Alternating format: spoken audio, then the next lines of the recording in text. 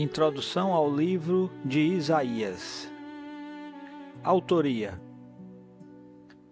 A questão da autoria do livro ocupa posição central nos estudos do Antigo Testamento e tem sido objeto de intensos debates acadêmicos ao longo dos últimos séculos. A tradição judaica e cristã sempre atribuiu a totalidade da obra ao profeta Isaías, filho de Amós, que exerceu seu ministério profético no reino de Judá durante a segunda metade do século VIII. Essa posição encontra apoio no próprio texto bíblico, que identifica Isaías como o autor das visões registradas no livro e a apresenta atuando durante os reinados de Uzias, Jotão, Acais e Ezequias. Além disso, a tradição judaica preservada em fontes antigas, bem como as referências encontradas no Novo Testamento, tratam o livro como uma unidade associada ao nome de Isaías. Os autores do Novo Testamento citam passagens provenientes de diferentes seções da obra e atribuem a Isaías, sem qualquer distinção entre possíveis autores ou escolas proféticas. A partir do século XIX, surgiu uma abordagem crítica que propôs uma composição múltipla para o livro.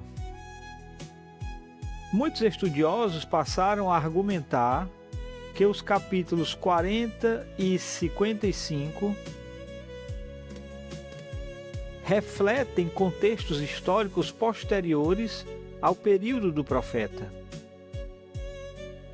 Essa teoria deu origem às expressões Deutero-Isaías e Trito-Isaías, utilizadas para designar supostos autores ou grupos responsáveis por essas seções. Os defensores dessa hipótese observam que os capítulos iniciais concentram-se predominantemente nas ameaças assírias do século VIII, enquanto os capítulos posteriores tratam extensivamente do exílio babilônico. Além disso, diferenças de estilo, vocabulário e ênfases teológicas são frequentemente citadas como evidências em favor da autoria múltipla. Apesar da ampla influência da crítica moderna, numerosos estudiosos continuam defendendo a unidade substancial do livro. Argumenta-se que as diferenças observadas podem ser explicadas pela longa duração do ministério profético de Isaías, pela diversidade temática da obra e pela possibilidade de profecias genuinamente preditivas. Além disso, temas centrais como a santidade de Deus, a soberania divina, a esperança messiânica e a redenção de Sião permeiam todas as seções do livro, sugerindo notável unidade teológica. Muitos intérpretes contemporâneos reconhecem a existência de processos editoriais na preservação da obra, mas continuam considerando Isaías como sua figura autoral principal. Independentemente da posição adotada, o livro permanece uma das mais influentes e teologicamente profundas obras da literatura profética do Antigo Testamento. A data de composição. A data de composição está diretamente relacionada à discussão sobre autoria. Se a posição tradicional for aceita, grande parte da obra teria sido produzida durante o ministério do profeta Isaías, aproximadamente entre 740 a 680 a.C. Esse período corresponde a uma das fases mais turbulentas da história do Antigo Oriente, marcada pela expansão agressiva do Império Assírio. O ministério do profeta desenvolveu-se em meio a profundas crises políticas, religiosas e sociais que ameaçavam a sobrevivência de Judá. As mensagens encontradas nos capítulos iniciais refletem claramente esse contexto histórico, abordando eventos relacionados às invasões assírias e aos desafios enfrentados pelos reis de Judá. Os estudiosos que defendem a hipótese da autoria múltipla propõem uma cronologia mais extensa para a formação do livro. Segundo essa perspectiva, os capítulos 40 a 55 teriam sido compostos durante o exílio babilônico, enquanto os capítulos 56 a 66 refletiriam o período pós-exílico. Essa teoria baseia-se principalmente na presença de referências ao cativeiro e à queda da Babilônia e à restauração de Jerusalém. O destaque dado a Ciro, o Grande, apresentado como instrumento divino para a libertação dos exilados, é frequentemente citado como evidência de uma data posterior à vida de Isaías. Entretanto, muitos intérpretes conservadores argumentam que tais referências não exigem necessariamente uma composição tardia. Eles sustentam que a natureza profética do livro permite a antecipação de eventos futuros, incluindo o exílio e a restauração. Dessa forma, o livro poderia ter sido produzido substancialmente durante o século 8 a.C., mesmo contendo profecias relacionadas a acontecimentos posteriores. Independentemente da posição adotada, é evidente que Isaías aborda eventos que abrangem um amplo horizonte histórico, desde as crises de Judá no século 8 até a esperança da redenção futura e da consumação dos propósitos divinos. Os destinatários. Os destinatários originais do livro foram, em primeiro lugar, os habitantes do reino de Judá durante o período de atuação do profeta. Suas mensagens dirigiam-se a reis, líderes políticos, sacerdotes, proprietários de terras, comerciantes e ao povo em geral. O profeta denunciava a corrupção moral, a injustiça social e a infidelidade religiosa presentes na nação. Ao mesmo tempo, procurava orientar Judá diante das ameaças representadas pelas grandes potências da época. Suas palavras tinham caráter profundamente pastoral e político. Conduzia a nação de volta à fidelidade e à aliança estabelecida por Deus. Além dos contemporâneos de Isaías, o livro também se dirige às gerações posteriores que experimentariam o exílio babilônico e a restauração. Muitas das promessas de consolo encontradas na segunda metade da obra parecem especialmente relevantes para os judeus que enfrentaram a destruição de Jerusalém e a perda de sua independência nacional.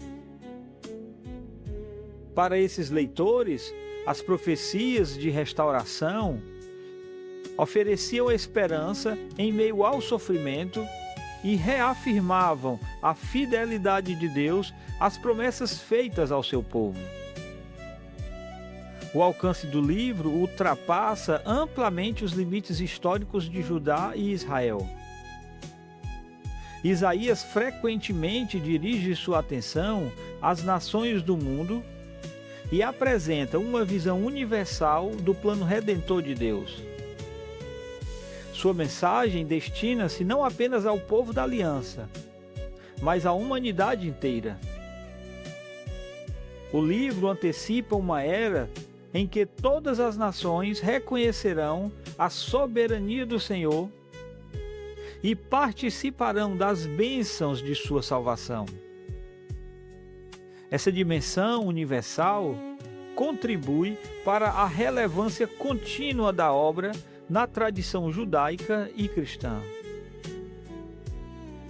O propósito do livro. O propósito central do livro é proclamar a soberania de Deus sobre a história e convocar seu povo ao arrependimento e à fidelidade. O profeta denuncia vigorosamente os pecados de Judá, incluindo idolatria, injustiça social, corrupção política e confiança inadequada em alianças humanas. Sua mensagem enfatiza que a segurança verdadeira não pode ser encontrada em estratégias militares ou diplomáticas, mas somente na confiança em Deus. O chamado ao arrependimento constitui elemento fundamental de sua missão profética. Outro propósito importante consiste em anunciar tanto julgamento quanto esperança. Isaías não apenas adverte sobre as consequências do pecado, mas também proclama a promessa de restauração futura. O livro apresenta repetidamente o padrão teológico de juízo seguido por redenção. Mesmo diante da inevitabilidade do castigo divino, permanece a certeza de que Deus preservará um remanescente fiel e cumprirá seus propósitos redentores. Essa combinação de advertência e esperança confere equilíbrio e profundidade à mensagem da obra. Além disso, Isaías procura revelar a dimensão universal do plano de Deus. O livro apresenta a visão grandiosa da história, na qual o Senhor governa não apenas Israel, mas todas as nações. O propósito final da obra é conduzir seus leitores à compreensão de que Deus está realizando um plano redentor e culminará na renovação da criação e no estabelecimento de seu reino eterno. Essa perspectiva amplia significativamente o horizonte teológico do livro e o torna uma das mais importantes fontes de esperança messiânica do Antigo Testamento. O contexto histórico. O contexto histórico de Isaías é marcado pela ascensão do Império Assírio, uma das maiores potências militares da Antiguidade. Durante o século VIII a.C., a Assíria expandiu agressivamente seu domínio sobre o Oriente, ameaçando tanto Israel quanto Judá. O Reino do Norte foi conquistado em 722, enquanto Judá enfrentou sucessivas crises provocadas pela pressão assíria. Isaías exerceu seu ministério precisamente nesse ambiente de instabilidade. Os reinados de Uzias, Jotão, Acais e Ezequias formam o pano de fundo imediato da atividade profética de Isaías. Durante o reinado de Acais, Judá enfrentou a chamada crise sírio-efraimita, quando Israel e Síria tentaram forçar uma aliança contra a Assíria. Assim, Isaías exortou o rei a confiar em Deus em vez de buscar auxílio estrangeiro. Posteriormente, durante o reinado de Ezequias, Jerusalém foi ameaçada diretamente pelas forças assírias sob o comando de Senaqueribe. Esses eventos influenciaram profundamente o conteúdo das mensagens proféticas registradas no livro. Isaías contempla horizontes históricos muito mais amplos. Suas profecias incluem referências à Babilônia, ao exílio futuro, ao retorno dos exilados e à restauração final do povo de Deus. Essa perspectiva histórica abrange uma demonstração que o profeta interpreta acontecimentos políticos de sua época à luz do plano soberano de Deus para toda a história. O contexto do livro combina eventos imediatos com uma visão profética de longo alcance. Estrutura literária. A estrutura literária do livro revela notável complexidade e sofisticação. Tradicionalmente, o livro é dividido em duas grandes partes. Primeira parte, capítulos 1 a 39. Segunda parte, capítulos 40 a 66.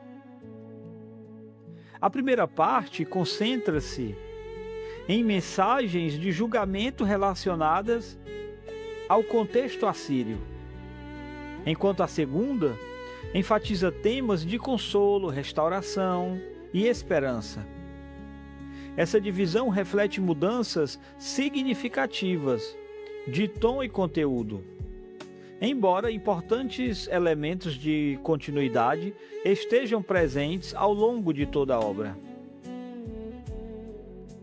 Os capítulos 1 a 39 contêm oráculos contra Judá, narrativas históricas e profecias dirigidas a diversas nações. Essa seção inclui relatos importantes sobre o chamado de Isaías, as crises enfrentadas por Judá e a intervenção divina durante a ameaça assíria. Os capítulos 40 a 55 apresentam algumas das passagens mais conhecidas do Antigo Testamento, incluindo os chamados Cânticos do Servo Sofredor. Já os capítulos 56 a 66 concentram-se na restauração final de Sião e na renovação escatológica da criação. Do ponto de vista literário, Isaías destaca-se pela extraordinária qualidade de sua poesia. O livro emprega imagens vívidas, metáforas poderosas, paralelismo sofisticado e simbolismo profundo. Sua linguagem combina beleza estética com profundidade teológica, tornando uma das obras de literatura hebraica mais fantásticas. Essa riqueza literária contribui significativamente para sua influência duradoura na tradição religiosa e cultural do Ocidente. A teologia do livro. A teologia de Isaías é dominada pela santidade de Deus.